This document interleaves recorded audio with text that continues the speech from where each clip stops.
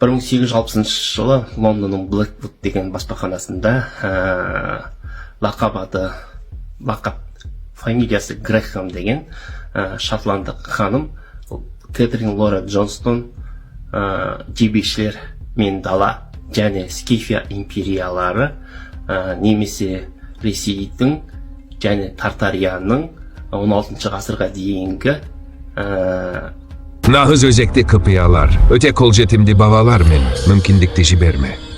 Еуропада Моғол империясының құлдырауына дейінгі тарих атты кітап басып шығарылады. Сол кісінің кітабы. Осы кітаптың 193 және 196 беттерінде Шыңғыс ханның шығу туралы тарих жазылады. Ол кісі әңгіме басын былай бастайды. Ежелгі Қытай деректерінде дейді, Иса пайғамбардан, яғни Қайса пайғамбардан 800 жыл бұрын Мохо және Тата деген тайпалар болған дейді. Сол тайпалардың тұрған мекенімен қазіргі осы айтып отырған халықтың мекенін бәрін салыстырып қарасақ, олар дейді бір халық дейді. Шыңғыс ханның арғы атасы, яғни Шыңғыс хан 1162 жылы дүниеге келді ғой. Арғы атасы 20 ұрпақ бұрын Ергенекөннен шыққан дейді. Ергенекөн Алтайда болған дейді. Яғни Шыңғыс ханнан 20 ұрпақ бұрын десек, бір ұрпақтың жасын 20 жас десек, ол 400 жыл, 1162 жылдан 400 жылды алпыстаған кезде 764 жыл шығады. Яғни Шыңғыс ханның 20 атасы Бөртөчино, көк бөрі, Қиян мен Нұқыз тайпаларын Алтай тауларынан 764 алып шығады. Ал оғанға дейін 450 жыл бұрын, яғни 364 жылдар кезінде Нұқыз бен Қиян сол жерге бас сауғалап барып жасырынады. Нұқыз деген ол Елхан деген патшаның баласы, ал кешіресіздер, Нұқыз Қиян Елхан деген патшаның баласы, ал Нұқыз соның жиені. Содан олар екеуі осы жерге бас сауғалап 450 жылдың ішінде көбейеді. Содан олар жаңағы 764 жылдары, 700 жылдар, яғни көк түрік заманында олардың ұрпақтары Нұқыз бен Қиянның көк түркілерге сауыт саймен атап айтқан кезде Білге қағанмен, жаңағы Бомын қағанмен және Мұқан қаған әскеріне солардың соққан сауыты көк шағылсат болғандықтан ол жаңағы түркілер көк түркі деп аталады. Көрдіңіздер ме? Сонда бұлардың бәрі темірші, ұста, сондай керемет қақ болған. Ал Нұқыз бен Қиян ол тауға қалай барып жасырынады, Алтай тауларына. 1465 жылы Шарафат әл-Язи деген кісі Зафарнаме деген кітап жазып шығады. Яғни Әмір Темірдің несі туралы, өмірбаяны туралы. Соның бірінші томы бар. Бірінші томын ешбір халық тіліне аударылмаған. Орысшада жоқ, ағылшыншада жоқ, тек қана қазақ тілінде бар. Ол 2021 жылы Оразбай Зәріпбай деген парсы тілінің филологы, маманы сол кісі аударып шыққан. Сол кітапта тұп-тура жазылған Қиянның әкесі Елханның патшалығын Түркістан мен Мауреннахр патшасы Тұр және татарлардың патшасы Сайюнш екеуі бірігіп Елханның патшалығын тас-талқан етіп халқын қырып тастайды дейді. Сол кезде Қиян мен Нұқыз ғана тірі қалады дейді. Ал Қиян мен Нұқыз қашып сол Ергенекөнге жасырынады дейді.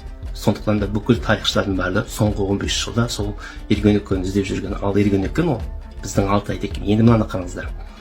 Біз жоғарыда айттық, Нұқыз бен Қиян көк түркілерге, яғни Нұқыз бен Қиян тайпасы көк түркілерге қару-жарақ және сауыт саймен соқты дедік. Демек, Алтайдың олар теміркені көп жерді мекендеген. Енді мен Алтайдың, яғни геологиялық зерттеу жұмыстарын оқып шығып, енді қазір екенімдер бәрін көріп отырсыздар. Сонда оққаным жаңағы кендер, темір кендері тас түрінде жер бетінде Сарымсақты тауы бар ғой, Сарымсақты Тарбағатай тау сілемі және Күршімнің тау сілемі бар, Нарын, Күршім деген және соның оңтүстігі, жаңағы Күршім тауының оңтүстігі, сол жақтың барлығында темір кендері жер бетінен кездеседі екен тіпті. Марқал көлінің тұсында. Міне осы жердің барлығы, өздеріңіз картадан көріп отырсыздар, екі тауды Ергенекен деп аталған. Осы жерде олар жасырынған, осы жерді мекен еткен, және кімдердің де әскерлері осы жерден қаруланған, көк түркілердің әскерлері. Сонда жаңағы Рашид ад-Дин Хамадани Жамайх ат-Таурих жылнамасында үгедей қалған, шындығында Оқтай қалған, Оқтай екендігін армян жылнамалары жазған, және тағы бір ағылшын кітап бар, 1851 жылы басып шыққан бүкіл әлем халықтардың тарихы деген, ол Массачусетс университетінде басып шыққан. Оның авторы Гудрич, сол ішінде Оқтай деп жазылып жүр.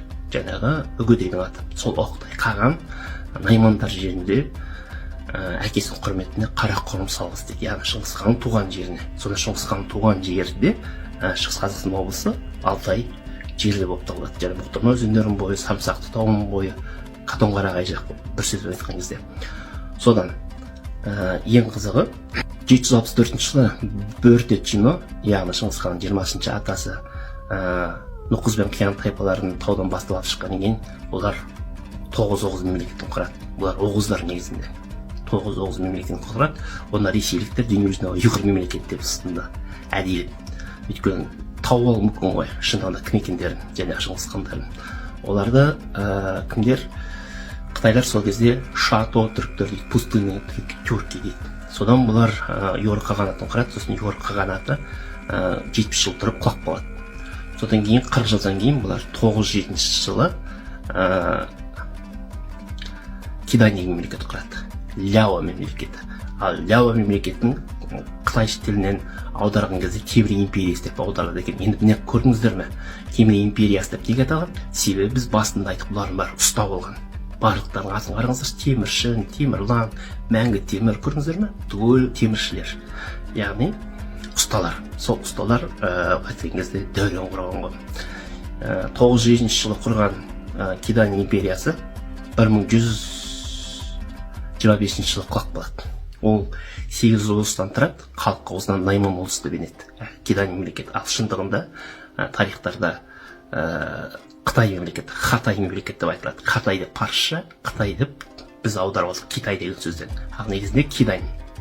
Содан 1125 жылы құлаған кезде бұл империя, бұлар қайтадан бері қарай көшіп келеді Алматы облысына. Сосын Алматы облысына екіге бөлінеді. Бір бөлігі Қарақытай болып Алматы облысында қалады да, екінші бөлігі қайтадан Алтайға барады. Және Шыңғыс хан сол жерде дүниеге келеді. Оны ол жаққа бастап алып барған Шыңғыс ханның 4-ші атасы Тінбейні. Көрдіңіздер ме? Сонда олар 764 жылы Алтайдан шығады да, Йорық қағанатын құрады да, ол Йорық қағанат құлап қалғаннан кейін қайтадан Кидани мемлекет құрады 907 жылы. Сосын 1125 жылы қайтадан құлап қалады Кидани мемлекеті. Содан кейін олар Алтайға паналайды. Содан Шыңғыс хан дүниеге келеді 1162 жылы. Содан олар қайтадан ұлы екі ұлысын құрады. Яғни екі ұлыс деген ұлы империя деген сөз. Көрдіңіздер ме? Сонда қарап отырсақ, қазақтардың рухани астанасы Түркістан баса, ал қаһармандар батырлар астанасы, ал астанасы емес, енді жері, қасиетті жері ол Алтай екен. Шыңғыс хан бекер ол жерді, жаңағы Алтай жерін ерекше қасиетті жер, ол жердің адамдарының барлығы өзін-өзі ақылды, өзін-өзі гений болып кетті деп жазбаған екен. Сіздерге бұл видеоның алдына тағы бір түсіріп видео көрсеткем. Алтайды Шамбала деп атайтындырған үндістер. Рахмет.